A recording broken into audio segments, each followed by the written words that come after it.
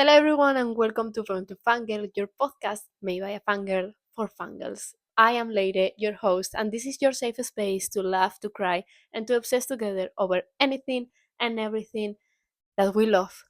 How is everyone doing? I hope my dear Harry Styles fans are not panicking at the moment because, well, today's Tuesday, so he just announced that we are getting a new single on the 23rd, which will be on Friday. So by the time you are watching this, it will be tomorrow. By the way, I'm so sorry if you can hear my upstairs neighbor. He's been so annoying today, but I really had to film this today because I just spent like an hour waiting for it to be 6 p.m. because I thought Harry was going to post the single today, but no, it was just an announcement. But we are okay. Our king is back. He's here to save 2026, and I'm so glad because, like, could 2026 be more perfect? I don't think so. We are getting a new Harry Styles album. I am going to the 5 Seconds of Summer concert and like they are touring all over the world. We are getting new Marvel movies. Like, could this be more perfect? So yeah, this year you are going to hear me talk a lot about Harry, and I'm so sorry if you don't like him, but he's literally, I feel like he's my bestie at this point. I don't even have any more news about him right now. I just need to emotionally acknowledge that Harry is back. I do have to say that I am quite scared because it's been 3 or 4 years since the last time Harry released new music, and for some reason, I am scared that he just decided to go for a new kind of music, or I don't know, and that I'm going to hate it. But you know what? He's Harry. Like, he could post a music video just doing really dumb and really strange things, which he has done in the past. And I would be okay with it because he's Harry. But yeah, I'm really scared. I don't know why. Now that I mentioned about being scared, if you watched last week's episode, you probably heard me say that I was scared of watching Heated Rivalry. And before we go into that, I know I said Heated Rivalry or something like that in the past episode because my mind decided that was the new pronunciation for the word, but it's not. It's okay. I'm still trying to learn how to say that word. Just ignore it if I say something strange. And now, why I was scared? Well, it's basically because when I watch series, movies, or any other thing, I really love when I can insert myself into the story. Like kind of make a fanfic in my head. So I thought if there are two guys, like the storyline is about two guys falling in love, how I'm going to insert myself into there. And basically I was really skeptic about watching it because I thought I was not going to like it.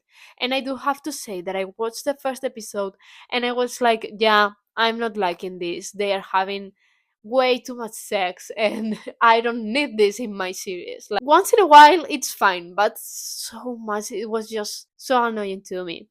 But like, everyone is watching it, everyone is posting edits on TikTok, and like the actors seem really fun and really cute. And I was watching them everywhere. So I was like, okay, I'm going to give the series a second chance. And by the time I watched the second episode, I was obsessed.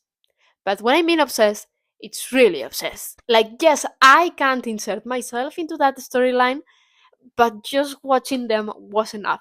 And I think I cried at least in episodes 5 and 6, but I think I also cried a lot in episode 2. Also, I don't know why it is, but I usually don't really like watching things that people are watching at the same time. I didn't watch The Summer I Turned Pretty because I don't know, everyone was talking about it, and that made me not want to watch it. Maybe someday, but like, the same thing happened with Heated Rivalry, and now I am obsessed. So if you haven't watched it yet, I really recommend that you do. I know that the sex scenes are not for everyone, and I promise I really understand that, but because they are not for me either. Just want romance. I love yearning. I love, when the love is like really tense, like you kind of can smell it. So yeah, even if that's not your thing, I really recommend watching it, because at the same time that there is like romance and this gay couple is trying to date each other, you really start to think and to wonder, and you start to wonder everything that gay men go through, especially when they are playing like a professional sport. Because even if this series comes from a book, I really think there are lots of gay men out there playing professional sports that can't really say anything because they know that literally everyone will be against them. So yeah, it's a really nice series to watch and think about how cruel this world is with some people. So yeah, watch it, think about it, and let me know what you think, because I am really curious. And if you have already seen it, or if you have read the books, please let me know about the books, because now that I have watched the series, I am really curious about the books. Like, I do really love slow burns and this kind of not knowing when they are going to get together, or like the kind of rivals to lovers kind of energy. I do also love the spice, okay? Don't get me wrong, but I love everything else more. So if you have read the books and you think I'm going to like them, please let me know. I do have lots of books to read right now before those. So maybe it will take me some time. But also, I'm not sure if I can, because I'm guessing that the books are only in English. So you guys know I'm from Spain, I live in Spain. I do understand English and I can read in English, but I don't know if I'll be able to buy those books anywhere, maybe online. And there is going to be like a second season and maybe even a third season of Heated Rivalry, so I'm really excited about that. The worst part about this is that I'm getting into another fandom.